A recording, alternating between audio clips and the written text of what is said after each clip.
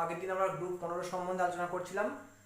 কিছু প্রশ্ন বাকি আছে, সেই প্রশ্নগুলো আপলোড করা হলো এবং ডিটেলস অ্যান্সারগুলো আপলোড করা হলো। সেগুলো সম্বন্ধে আমি কিছু জিনিস বুঝিয়ে দেবো এখানে, যেগুলো বোঝানোর জিনিস। যেমন হচ্ছে অ্যামোনিয়া এবং ফসফেন। কিছু প্রশ্ন আছে অ্যামোনিয়া আর ফসফেন, এই দুজনের মধ্যে স্ফুটনাঙ্ক কার বেশি। স্ফুটনাঙ্কর প্রশ্ন এলেই বিশেষ করে গ্রুপের ক্ষেত্রে আমরা প্রথমেই করব হাইড্রোজেন বন্ডিংটা দেখব। হাইড্রোজেন বন্ডিং কারা করে? হাইড্রোজেন বন্ডিং করবে নাইট্রোজেন, করবে অক্সিজেন, করে আর ফ্লোরিন করে। এই তিনজন যদি ডাইরেক্ট হাইড্রোজেনের সঙ্গে বন্ধন থাকে, যেমন এইচএফ ফ্লোরিন মলিকুলস, এনএইচ বন্ধন আছে কার? অ্যামোনিয়ার। ওএইচ বন্ধন আছে কার? H2O। এই অণুগুলো হাইড্রোজেন বন্ডিং করবে, কারণ হচ্ছে এরা হচ্ছে ক্ষুদ্র আকার এবং এদের তড়িৎ ঋণাত্মকতা অনেক বেশি। এই কারণে এই অণুগুলো হাইড্রোজেন বন্ডিং এ অংশগ্রহণ করে। এটা কেমিক্যাল বন্ডিং এর কোশ্চেন। যাই হোক, এখন আমরা এখানে আসছি নাইট্রোজেন আর ফসফরাসের মধ্যে কার স্ফুটনাঙ্ক বেশি। যদি কোনো অণু হাইড্রোজেন বন্ডিং এ অংশগ্রহণ করে তার স্ফুটনাঙ্ক অনেক বেশি হয়। যেমন এখানে অ্যামোনিয়াতে NH বন্ধন আছে, নাইট্রোজেনের আকারটা খুব ছোট হয় এবং তড়িৎ ঋণাত্মকতা অনেক বেশি। এই কারণের জন্য নাইট্রোজেন কি আংশিক মাইনাস হয়, হাইড্রোজেন আংশিক মাইনাস, হাইড্রোজেন আংশিক প্লাস। হাইড্রোজেন আংশিক প্লাস, নাইট্রোজেন আংশিক মাইনাস, আংশিক প্লাস, আংশিক মাইনাস। অণুগুলোর একটা নেগেটিভ পল একটা পজিটিভ পলের সঙ্গে একটা দুর্বল তড়িৎ আকর্ষণে যুক্ত থাকে, এইটাকে হাইড্রোজেন বন্ডিং বলা হয়। এই অণুটা নাইট্রোজেনের সঙ্গে এই হাইড্রোজেনটার একটা দুর্বল হাইড্রোজেন বন্ডিংয়ের সাথে যুক্ত থাকে। এইভাবে কন্টিনিউয়াস চলতেই থাকে। এর ফলে কি হয়, অনেকগুলো অণু একসাথে থাকবে। যদি একসাথে থাকে, এই অণুগুলোকে পৃথক করতে হবে, মানে কি এই বন্ধনগুলোকে আমাকে ভাঙতে হবে। কিভাবে ভাঙতে হবে? তাপ দিতে হবে। তাপ দিলে এই বন্ধনগুলো ভেঙে যাবে। ভেঙে গেলে কি হবে? স্ফুটনাঙ্ক, তখন এটা ফুটতে শুরু করবে। অ্যামোনিয়ার ক্ষেত্রে কি অধিক সংখ্যক এই হাইড্রোজেন বন্ডিংকে ভাঙার প্রয়োজন হচ্ছে, এই কারণে অ্যামোনিয়ার স্ফুটনাঙ্কটা অনেক বেশি। কিন্তু ফসফরাস পি হাইড্রোজেন বন্ডিং এ অংশগ্রহণ করে না, কারণ এর আকারটা অনেক বড় হয়, তড়িৎ ঋণাত্মকতা অনেক বেশি। এই কারণের জন্য PH3 যে অণুগুলো আছে, এই অণুগুলো এইভাবে একসাথে থাকতে পারে না, এরা একক অণুরূপে মানে একা একা থাকবে। এই কারণে কি এরা সহজেই বাষ্পীভূত হয়, মানে এদের স্ফুটনাঙ্ক অনেক কম, যেখানে অ্যামোনিয়ার স্ফুটনাঙ্ক অনেক বেশি। এরপরে যে কোশ্চেন আসবে, সেই কোশ্চেনটা হচ্ছে আমাদের NX3 বা আমরা এখানে PX3 এর বন্ধন কোণ কত হবে? বন্ধন কোণ অনুযায়ী সাজাবো। PX3 মানে হচ্ছে এখানে আমি দুটোকে কম্পেয়ার করছি, একটা হচ্ছে PA3 আর PCl3, PBr3 হয়। এদের বন্ধন কোণ কার বেশি কার কম সাজাতে হবে। সবের একই ধরনের আকার, F F F। আগের দিনেও এটা হয়েছিল কিছুটা, Cl Cl Cl। এখানে বন্ধন ইলেকট্রন আছে, যেহেতু এখানে F তীব্র তড়িৎ ঋণাত্মক মৌল, তাই এই যে বন্ধনে দুটো করে ইলেকট্রন থাকে, এই দুটো ইলেকট্রন এটা কি হয়, এখানে না থেকে এখানে সরে আসে। কোন দিকে সরে আসে? ফ্লোরিনের দিকে চলে আসে। এই দুটো ইলেকট্রন ফ্লোরিনের দিকে সরে আসে। এর ফলে কি হয়, এই যে বন্ধন আছে, এই বন্ধন যে ইলেকট্রন গুলো আছে, বন্ধনের ইলেকট্রন বন্ধন বিপি বিকর্ষণ বল, বন্ড পেয়ার যে বিকর্ষণ বল, সেই বিকর্ষণ বলটা অনেক কমে যায়। কারণ কি এটা অনেক দূরবর্তী হয়ে গেছে। কিন্তু ক্লোরিনের ক্ষেত্রে যদি ধরা হয়, ফ্লোরিন অপেক্ষা ক্লোরিনের তড়িৎ ঋণাত্মকতা কম, যদি কম হয় এই ইলেকট্রনগুলো এত দূরে সরে আসতে পারবে না, মোটামুটি এখানে থাকবে। যদি থাকে এদের মধ্যে দূরত্ব কি অনেকটা কম হওয়ার ফলে কি হবে, এই বন্ধন ইলেকট্রনের সঙ্গে এই বন্ধন ইলেকট্রনের একটা বিকর্ষণ কাজ করে। যদি বিকর্ষণ কাজ করে, এই বন্ধনটা অনেকটা বেড়ে যায়। তার মানে দেখা যাচ্ছে যদি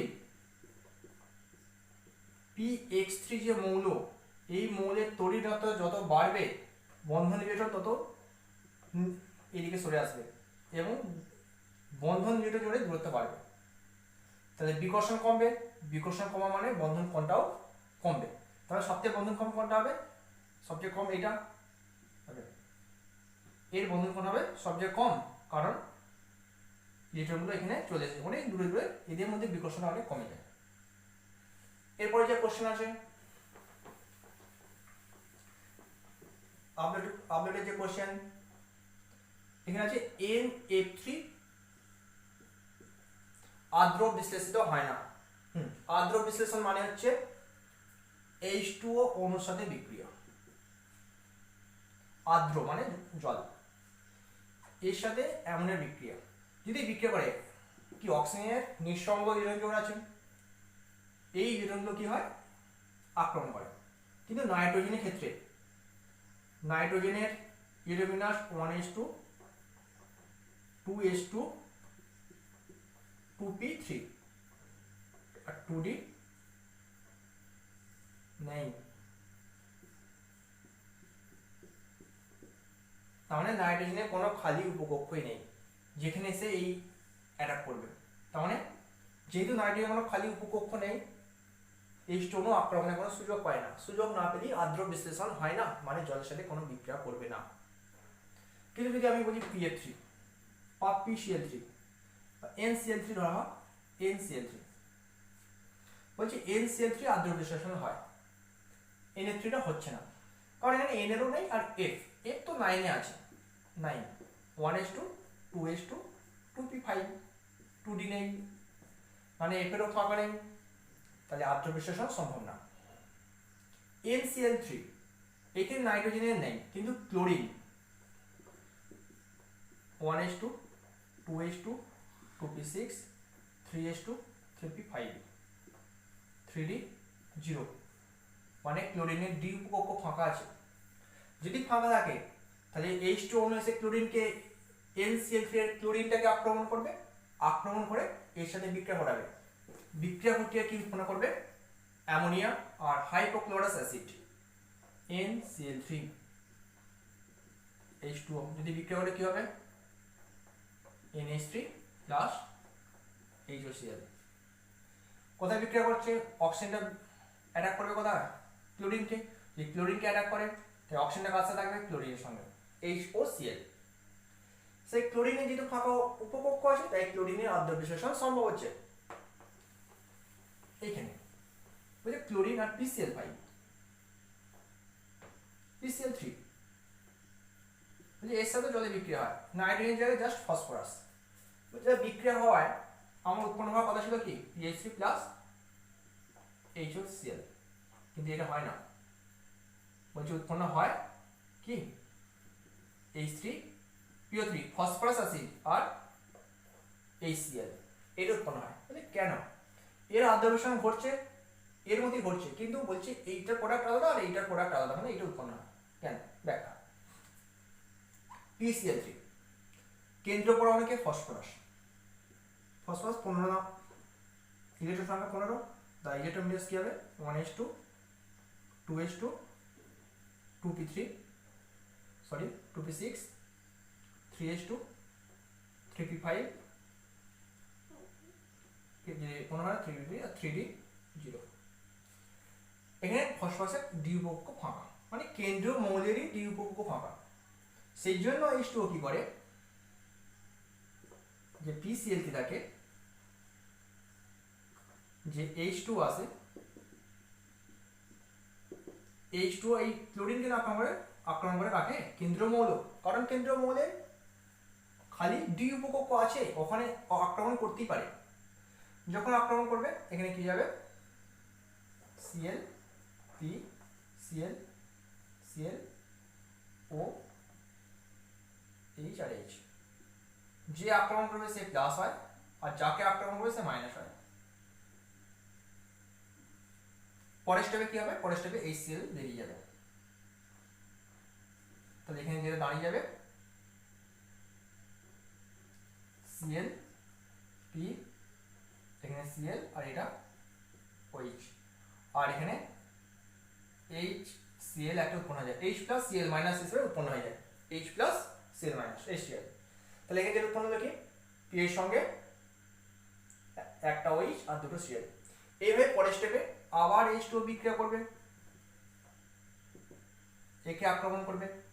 এইভাবে প্রতিটা Cl বেরিয়ে যাবে, প্রতিটা Cl বেরিয়ে যাওয়ার পর এখানে যেটা উৎপন্ন হবে অ্যাকচুয়ালি পি OH OH আর OH, তাহলে হচ্ছে H3PO3 H3PO3 আর এখন দুটো বেরোবে 3 অণু HCl।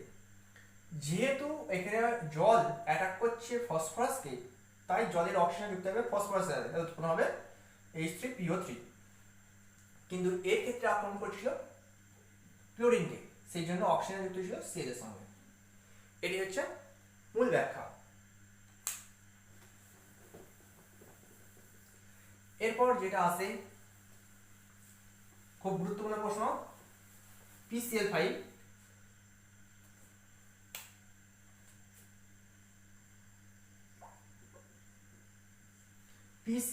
এর সমস্ত বন্ধন দৈর্ঘ্য সমান নয় বা সমতুল্য নয়।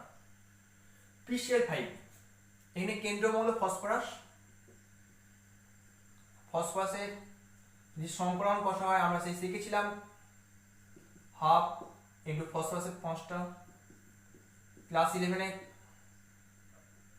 আর এখানে ক্লোরিন আছে 5টা sp3d ক্লাস 11-এ শেখা আছে। যাই হোক, আমাদের এখন বার করতে হবে না, জাস্ট জানতে হবে PCl5 এর সংকরণ sp3d। যদি সংকরণ sp3d হয় তাহলে হচ্ছে ফসফরাসের আকার হবে ত্রিকোণীয় দ্বিপিরামিডীয়, মানে এই ধরনের।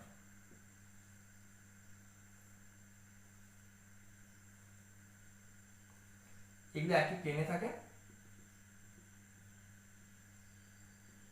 এগুলোর মধ্যে অ্যাঙ্গেল হচ্ছে 120 ডিগ্রি, আর এটার সাথে এগুলো অ্যাঙ্গেল হচ্ছে 90 ডিগ্রি, মানে এটা 120 ডিগ্রি, আর এটার সাথে এটা অ্যাঙ্গেল 90 ডিগ্রি। ত্রিকোণীয় দ্বিপিরামিডীয় গঠন।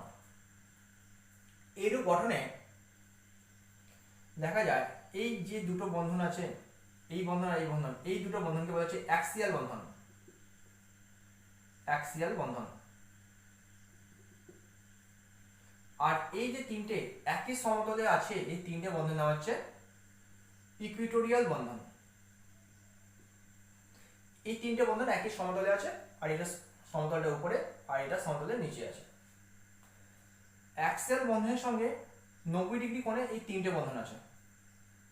তাহলে যে অ্যাক্সিয়াল বন্ধনের যে ইলেকট্রনগুলো থাকবে, এই বন্ধন ইলেকট্রনগুলো, এখানে বন্ধন ইলেকট্রন আছে সবার ক্ষেত্রেই, এই বন্ধন ইলেকট্রনগুলো এই তিনটে বন্ধন দ্বারা বিকর্ষণ হবে, মানে এর ইলেকট্রনের সাহায্যে এই ইলেকট্রনের বিকর্ষণ হবে, এখানে ইলেকট্রনের সাহায্যে এর বিকর্ষণ, এর সাহায্যে এর বিকর্ষণ হবে।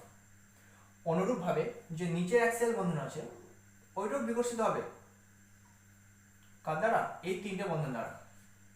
তার মানে প্রতিটা অ্যাক্সিয়াল বন্ধন তিনটে ইকুয়েটোরিয়াল বন্ধন দ্বারা বিকর্ষণ হচ্ছে। অন্যদিকে এই প্রতিটা ইকুয়েটোরিয়াল বন্ধন দুজন দ্বারা বিকর্ষণ হবে, এর সাহায্যে আর এর সাহায্যে। তাহলে বিকর্ষণটা বেশি কে অনুভব করবে? অ্যাক্সিয়াল দুটো বন্ধন বেশি বিকর্ষণ অনুভব করবে। কারণ কি? এই দুটো বন্ধন তিনজন দ্বারা বিকর্ষিত হচ্ছে, আর প্রতিটা ইকুয়েটোরিয়াল বন্ধন এই দুজন দ্বারা বিকর্ষণ হচ্ছে। এই বিকর্ষণটা কমানোর জন্য অ্যাক্সিয়াল বন্ধনগুলো কি হবে? দৈর্ঘ্য অনেকটা বেড়ে যাবে। বেড়ে যাওয়া মানে কি? ইলেকট্রনগুলো চলে এলো, দূরবর্তী চলে এলো, ইলেকট্রনগুলো বিকর্ষণ অনেক কমে যাবে। এই কারণের জন্য PCl5 এর অ্যাক্সিয়াল বন্ধন দুটি দৈর্ঘ্যে বড় হয় ইকুয়েটোরিয়াল বন্ধনের তুলনায়। এটা হচ্ছে কোশ্চেন। সেই জন্য PCl5 এর 5টা বন্ধন দৈর্ঘ্যই সমান নয় বা সমস্ত বন্ধন দৈর্ঘ্য সমতুল্য নয়। এবার এখানে একটা কোশ্চেন আছে, PCl5 জৈব বিক্রিয়ায় ক্লোরিনেটিং বিকারক হিসেবে কাজ করে। ক্লোরিনেটিং বিকারক মানে Cl দান করতে পারে। আমরা দেখেছি কোনো অ্যালকোহল আর OH যদি হয়, অ্যালকোহলের সাথে যদি আমি PCl5 এর বিক্রিয়া ঘটিয়ে দিই তাহলে OH-টা বেরিয়ে যায়, ওখানে চলে আসে Cl। তার মানে PCl5 ক্লোরিন দান করছে, মানে OH বেরিয়ে যায়, হয়ে যায় Cl। যেমন CH3OH মিথানল, PCl5 এর বিক্রিয়া ঘটালে হয়ে যাবে CH3Cl। মিথাইল ক্লোরাইড ক্লোরিন দান করছে, বলছে কেন করে PCl5? একটু আগে আমরা দেখলাম যে PCl5 এর সমস্ত বন্ধন দৈর্ঘ্য সমতুল্য নয়, অ্যাক্সেল বন্ধনগুলো দৈর্ঘ্যে বড় হয়। এর ফলে কি হয়, এই অ্যাক্সেল দুটো বন্ধন ভেঙে যায়, ভেঙে গিয়ে এই কি হয়, এই দুটো ক্লোরিন এখানে দান করে দেয়, আর এখানে যেটা তৈরি হয়ে যায় POCl3। মানে এই দুটো ক্লোরিন যেহেতু বন্ধন দৈর্ঘ্যটা অনেক বড়, বন্ধন দৈর্ঘ্য বড় হওয়া মানে এই বন্ধনটা দুর্বল হবে, দুর্বল হয়ে সহজেই ভেঙে গিয়ে সে ক্লোরিন দান করবে। এই কারণেই ফসফরাস বা PCl5টা ক্লোরিনেটিং বিকারক হিসেবে কাজ করতে পারে। এটা ভালো করে মুখস্থ রাখতে হবে।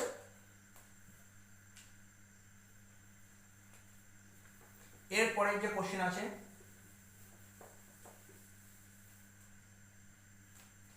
বলছে আমরা গ্রুপ 15 মধ্যে দেখছিলাম নাইট্রোজেন আছে, ফসফরাস আছে, আর্সেনিক আছে। এখানে যেটা বলছে নাইট্রোজেন N2 হিসেবে থাকে, ফসফরাস P4 হিসেবে থাকবে, আর্সেনিক S4 হিসেবে থাকে। বলে কেন এটা হয়, নাইট্রোজেন N2 আর ফসফরাস P4 দ্বি পরমাণু আর এটা চতুর্থ পরমাণু, চারটে পরমাণু নিয়ে আছে, কেন হয়? আচ্ছা, নাইট্রোজেনের আমরা দেখি, যদি যেটা নাইট্রোজেন শেষে কটা আছে, 5টা ইলেকট্রন আছে।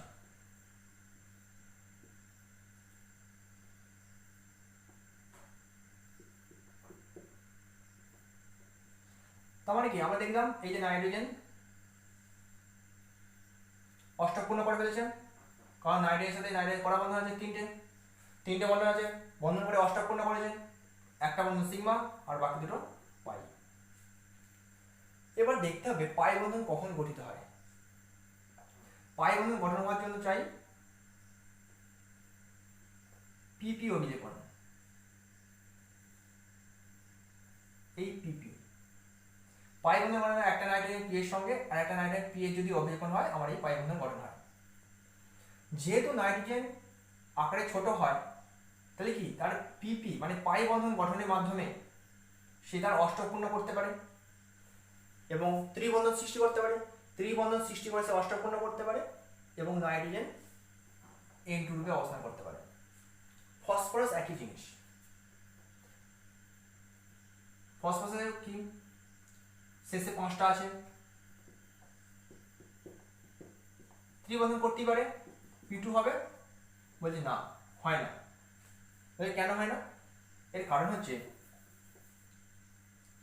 তাহলে আমাকে যদি এটা করতে হয়, P এর সাথে P এ 3টে বন্ধন, একটা সিগমা আর বাকি দুটো পাই। পাই বন্ধন গঠন করতে হলে কি, P এর সঙ্গে P এর অভিলেপন সম্ভব করতে হবে, কিন্তু ফসফরাসের আকারটা অনেক বড়।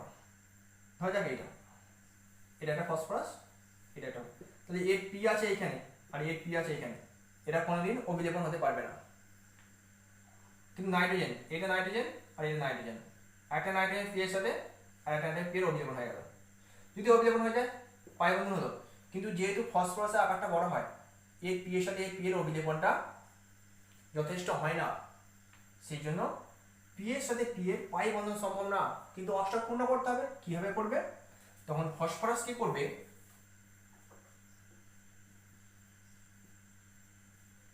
তার 4টে P পরমাণুর সাথে যুক্ত হয়ে যাবে, যুক্ত হয়ে P4 অণু হিসেবে থাকবে।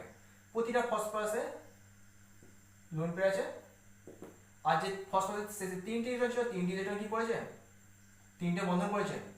প্রতিটা ফসফরাসে 3টে করে বন্ধন আছে, 3টে মানে 6টা ইলেকট্রন আর 2টো ইলেকট্রন, কি হলো 8টে ইলেকট্রন, মানে অষ্টক পূর্ণ হয়েছে। অষ্টক পূর্ণ হওয়ার ফলে এরা কি P4 অণু হিসেবে অবস্থান করতে পারছে। সেই জন্য ফসফরাস P4 হিসেবে অবস্থান করে, কারণ একটাই, পাই বন্ধন গঠন করে দ্বিবন্ধন সৃষ্টি করতে পারে না। হ্যাঁ, এবারে একটা আছে, ফসফরাস কঠিন কিন্তু নাইট্রোজেন N2 গ্যাসীয় কেন? হ্যাঁ, কঠিন আর গ্যাস, যে অণুগুলোর মধ্যে আকর্ষণ বলটা খুব তীব্র হবে তাই কঠিন হিসেবে থাকবে, আর যদি আকর্ষণ বল দুর্বল হয় সে গ্যাসীয় হিসেবে থাকবে। নাইট্রোজেনের আকার এইটা N2 এর আকার হচ্ছে এইটা, আর ফসফরাসের আকার হচ্ছে P4, এত বড়। একটা P4 অণুর সাথে আর একটা যে P4 অণু, দুটো অণুর মধ্যে যদি আকারটা বড় হয়, দুটো অণুর মধ্যে ভ্যান ডার ওয়ালস আকর্ষণ বল অনেক বেশি হয়। ভ্যান ডার ওয়ালস আকর্ষণ বল বেশি হওয়ার জন্য কি হয়, ফসফরাস কঠিন হয়ে যায়। আর নাইট্রোজেন খুব ক্ষুদ্র অণু, নাইট্রোজেন বিভিন্ন অণুগুলোর মধ্যে আকর্ষণ বলটা অনেক কম, অনেক কম হওয়ার কারণে কি হয়, নাইট্রেট গ্যাস হিসেবেই থাকে। এরপরে যে কোশ্চেন আছে,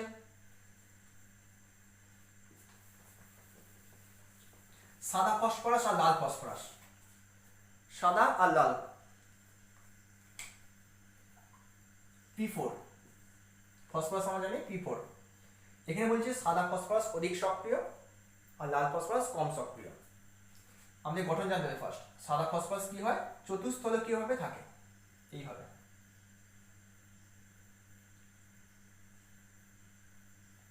সাদা P4 অণু হিসেবে থাকে। আর লাল ফসফরাস আমাদের গঠন হচ্ছে এটা।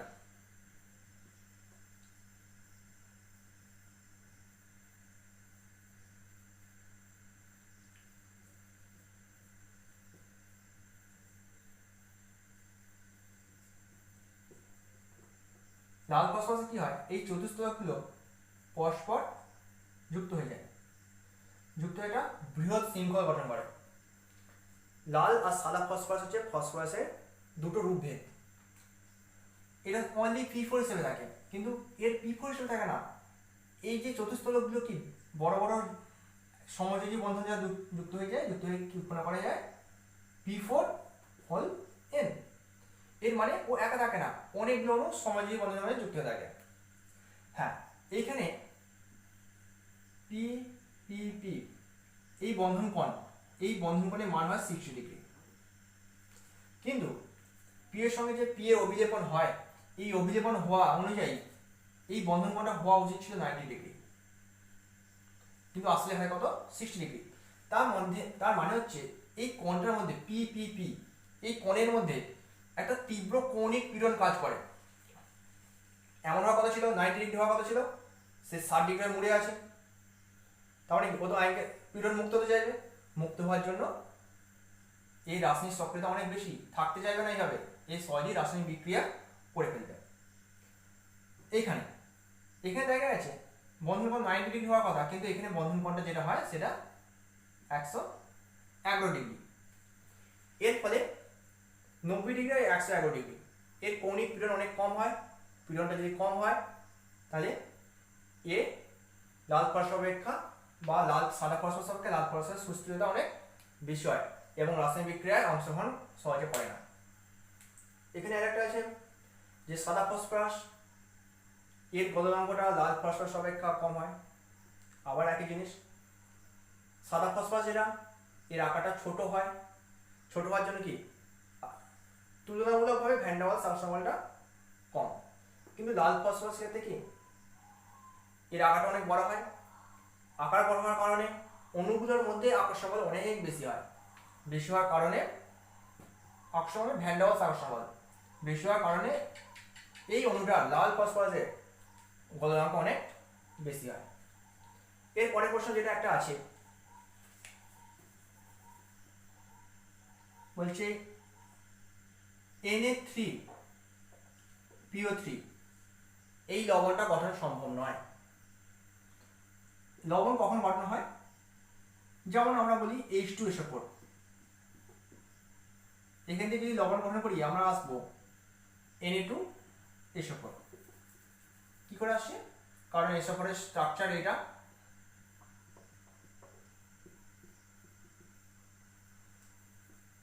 H2SO4 এর স্ট্রাকচার এটা। H2SO4 এর দুটো OH এর যে হাইড্রোজেন সোডিয়াম দ্বারা প্রতিস্থাপন হয়ে যায়।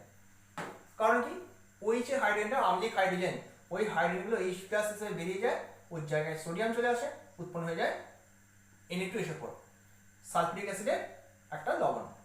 তাহলে এইটা কি থেকে উৎপন্ন হয়েছে, এইটা উৎপন্ন হয়েছে H3PO3 থেকে, মানে ফসফরাস অ্যাসিড। তাহলে আমাকে জানতে হবে এর অ্যাসিডের গঠনটা কেমন।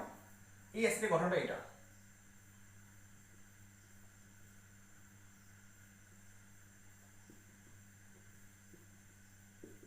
এটা H3PO3। এই যে গঠন আছে, এই গঠনে প্রতিস্থাপনযোগ্য কটা হাইড্রোজেন আছে, সোডিয়াম দ্বারা এই দুটো হাইড্রোজেন প্রতিস্থাপন হতে পারে। কারণ কেবলমাত্র OH গ্রুপের হাইড্রোজেনগুলো আম্লিক হাইড্রোজেন, তারাই কেবলমাত্র কোনো ধাতু দ্বারা প্রতিস্থাপন হতে পারে। এই জায়গাতে সোডিয়াম আসতে পারে Na+, আর এই জায়গাতে চলে আসে Na+। তার মানে যদি গঠন সম্ভব হয় Na2HPO3, এই গঠনটাই হবে যদি সমস্ত হাইড্রোজেন পরমাণুগুলো বেরিয়ে যায়।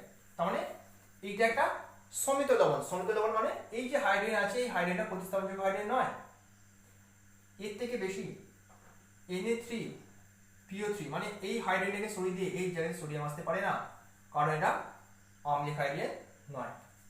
এই কারণেই বলা হচ্ছে Na3PO3 এইটা অ্যাসিডটা এই লবণটা সম্ভব না, কারণ এই লবণটা এসেছে ফসফরাস অ্যাসিড থেকে, যেখানে দুটি প্রতিস্থাপনযোগ্য হাইড্রোজেন পরমাণু আছে। কিন্তু সেই জন্য এই লবণ সম্ভব, এই লবণ সম্ভব না, এবং এটা সমিত লবণ, কারণ এই হাইড্রোজেন আর প্রতিস্থাপন হবে না। এখানে পর্যন্ত আজকের বিষয়। পরের বিষয়ে কিছু প্রশ্ন নেক্সট যে দিন হবে সেই